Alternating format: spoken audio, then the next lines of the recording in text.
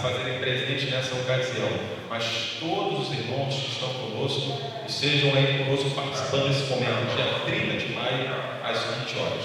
Vamos ficar de pé nesse momento.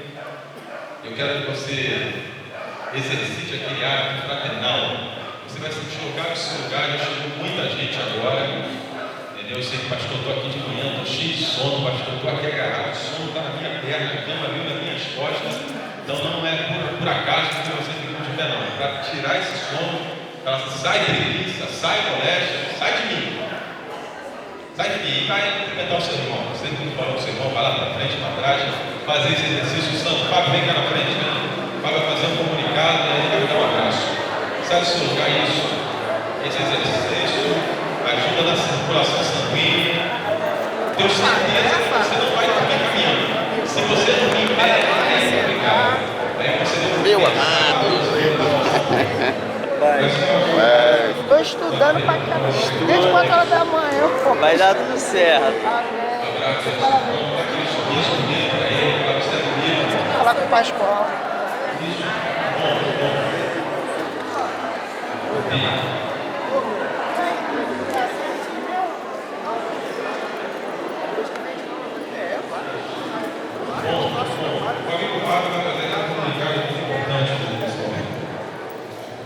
Bom dia, igreja. No final do culto, eu estarei distribuindo ali atrás o devocional para o meio da família. Nosso tema no meio da família é família e jovem deficiente. E aqui vai ensinar a sua família como ela vai ser campeã, tá? À noite a gente vai dar mais informações sobre o nosso mês. No final do culto, você pega comigo ali atrás. Agora eu vou pedir, se você não for fazer, não pede. Não vai tirar vez de quem quer fazer, tá? Obrigado. Ok, deixa as famílias já está aí a todo vapor, preparando aí todo o trabalho que vai ser desenvolvido aí no mês de maio. Esses devocionais estão à disposição, não é apenas para você levar, por levar, mas é para você desenvolver em casa com a sua família. Nós já tivemos um devocional semelhante a este, que foi entregue alguns meses atrás.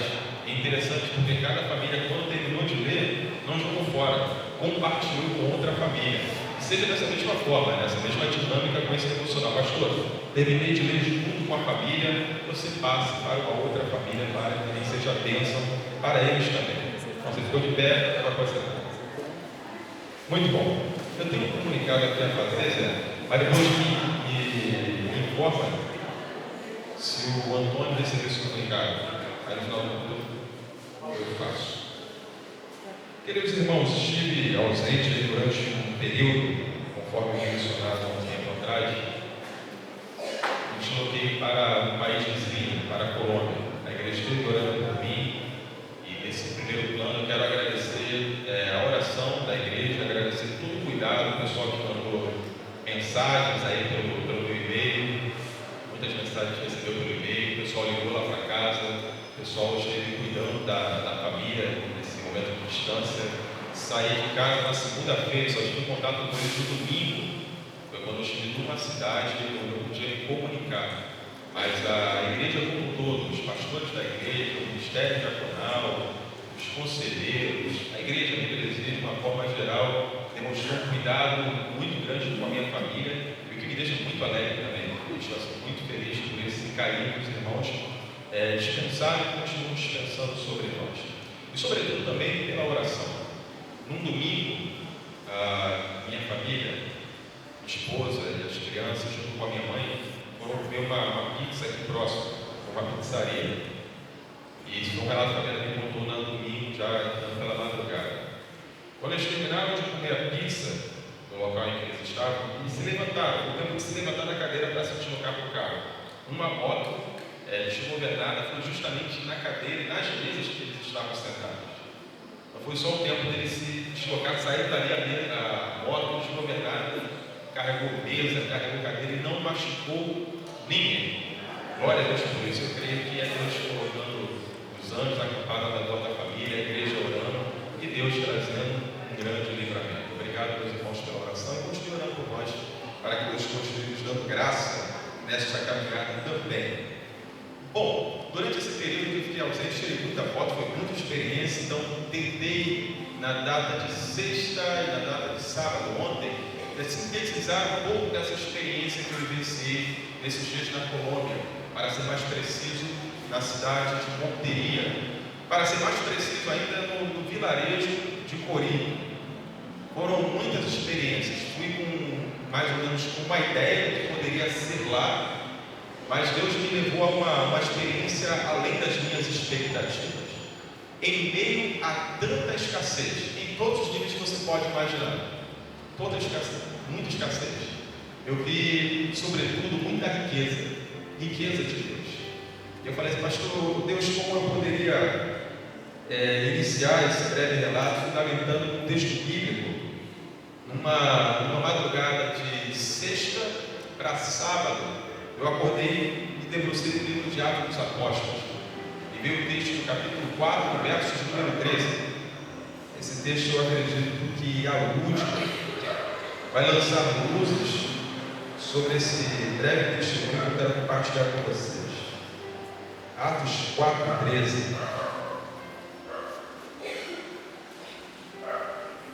Há muito tempo eu quando durmo numa rede.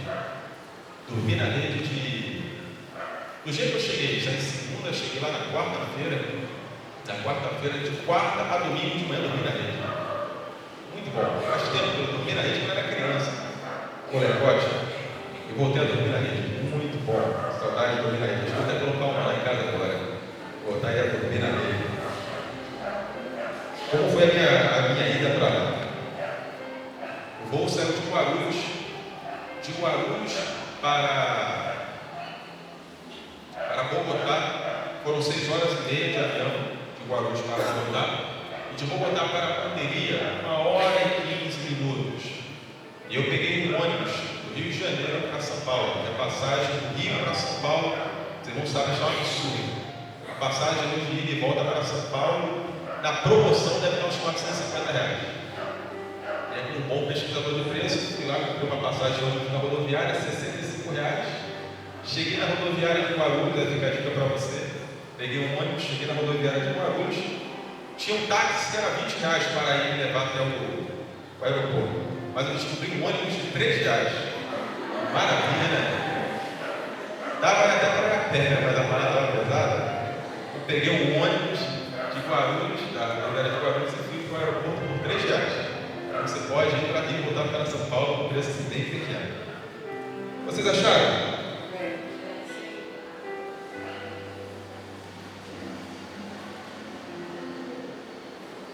Atos dos Apóstolos, capítulo 4, versos de número 13.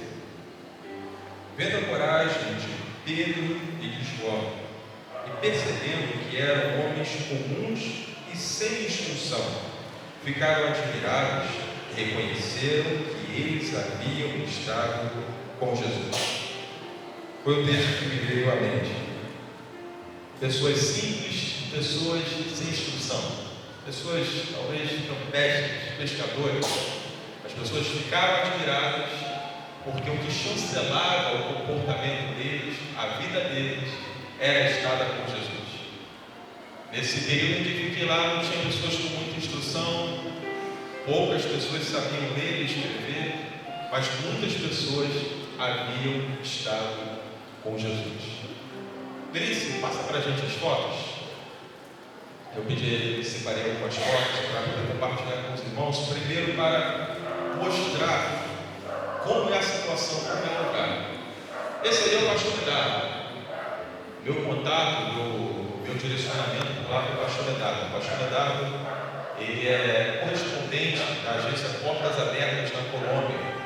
O pastor Medardo já estive falando na CEPAL em 2012, para o grupo de 1.800 pastores, compartilhando um pouco da sua experiência no campo, não apenas na escassez, mas também diante das dificuldades, das perseguições que os guerreiros impõem.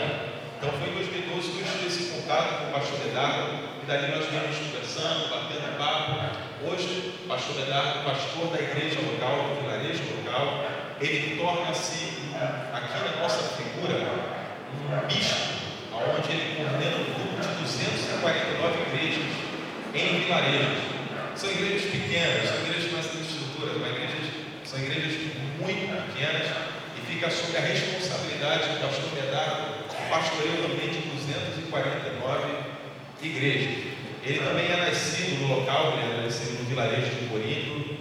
Ele falou que depois da participação da CEPAL, muitas portas se abriram, eles conseguiram construir um templo com uma conjuntura mais confortável para os irmãos na cidade de Corinto, mas ainda assim sofre muita perseguição por conta dos guerrilheiros. Existem dois grupos, basicamente guerrilheiros, no interior. São os paramilitares, que é um grupo de ultradireita, e é o grupo da FARC, que é a Força Revolucionária da Colômbia, que é um grupo de extrema esquerda. E o vilarejo fica no meio desse fogo cruzado. Quando você chega nas cidades, seja em Bogotá, seja na cidade de Monteria, que é uma cidade praticamente agropecuária, você vê até a presença de polícia e a presença do exército. Mas quando você vai para o interior, não tem. De Monteria, da cidade que nós estávamos, para Corinto, de carro, foram 3 horas. 1 hora num asfalto bem ruimzinho, e 2 horas em estrada de terra, entrando campo adentro. Então, nas características de uma cidade interiorana, não há posto de saúde, tampouco hospital, policiamento, não há nada disso. Há somente pessoas que moram nos vilarejos, há uma casa a cada 6 quilômetros, então há muita escassez, e essas pessoas ficam literalmente na dependência de Deus. Porque qual é a luta da igreja local contra os guerrilheiros?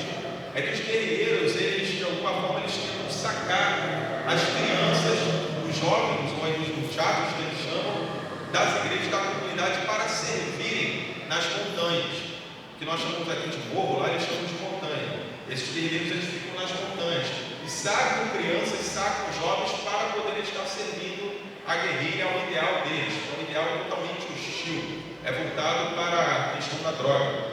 Visitamos um grupo de indígenas da Linguabera, inclusive a irmã Joselita, aquelas bíblias que a irmã deixou lá em casa, foram para esse grupo. Eles foram sacados da selva onde eles estavam, porque a FARC, ali na cidade de Terra Alta, colocou eles para fora. Eles só tinham 2 opções: ou se envolviam no plantio da maconha e da folha de